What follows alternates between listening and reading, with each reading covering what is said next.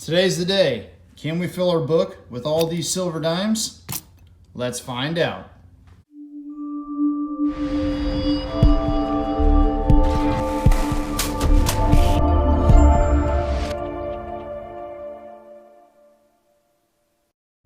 Alright, what's going on everybody? Kevin with Freedom Coins here, and like the intro said, we are going to fill this dime book with as many of these silver dimes as possible. I have 2 tubes of them that I usually buy. I buy dimes for my stream, so I've had a couple of these saved up.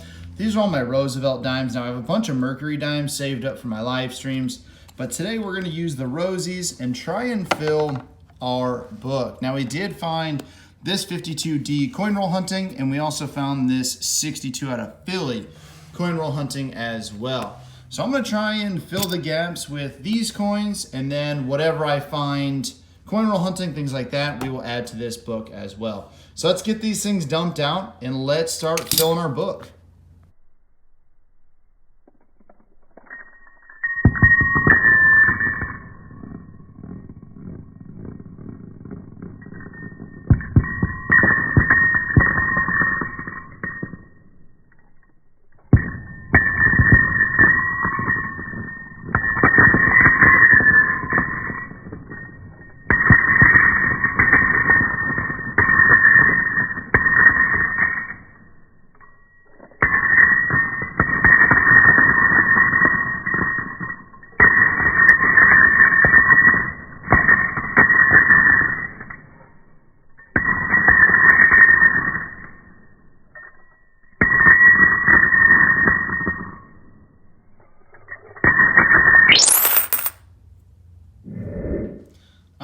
That was a little bit dramatic, but we will push these all off to the front. We'll keep them in one pile.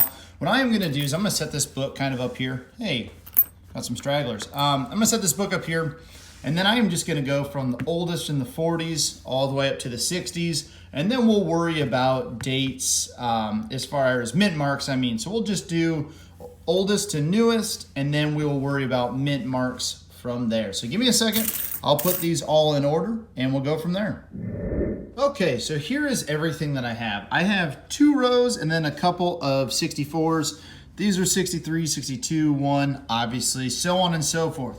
I have at least one of everything except for the 1950s. Now, that kind of stinks, but it is what it is. I don't have any of the 1950s to fill, so that's going to stay blank. But luckily, I have most of these. I have multiples of. So hopefully one's a P and one is a D, or I guess one's a Denver and one's a no mint mark.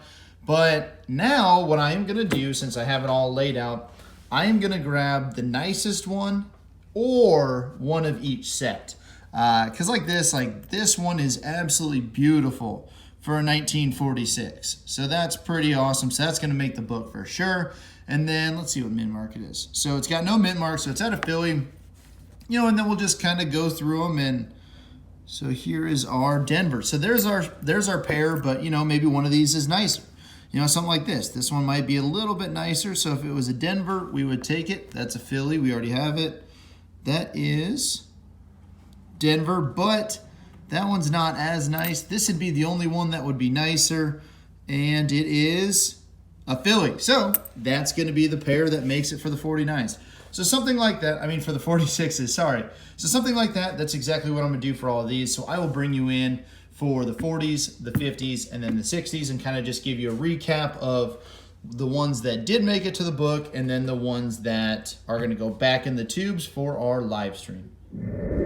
All right, so I went ahead and filled this first page. I just did all of the 40s and all of the 50s together. We made some good progress down here on these 50s. There's some cool ones in there. Have some toning, but we're still missing, obviously, the S mint marks. We did have one, that 50S we did find, which was nice. So we completed the 50 series, and then we have a 49S. So that's kind of cool. But there are a ton of gaps for us to fill. So I'm going to set this back down.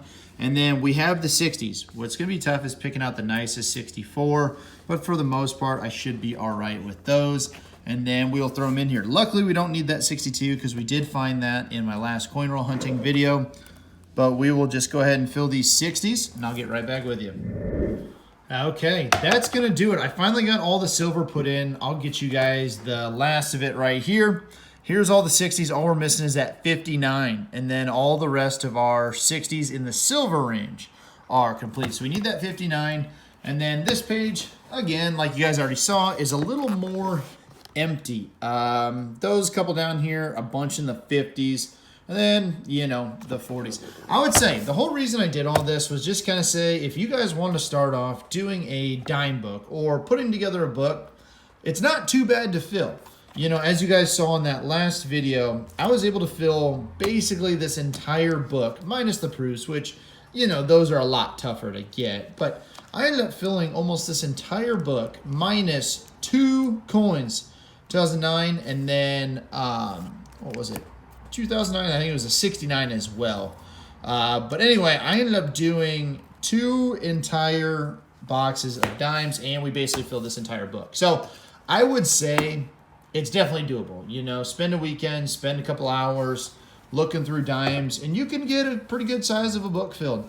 But anyway, these silver ones, these empty spots here, I will keep doing my dime purchases for my live streams, and then whenever I get a big pile of dimes, I'll bring you guys back in. We'll do another video and see what other spots we can fill. And we're just going to keep on going until we can fill this baby up. But hopefully you guys like this video.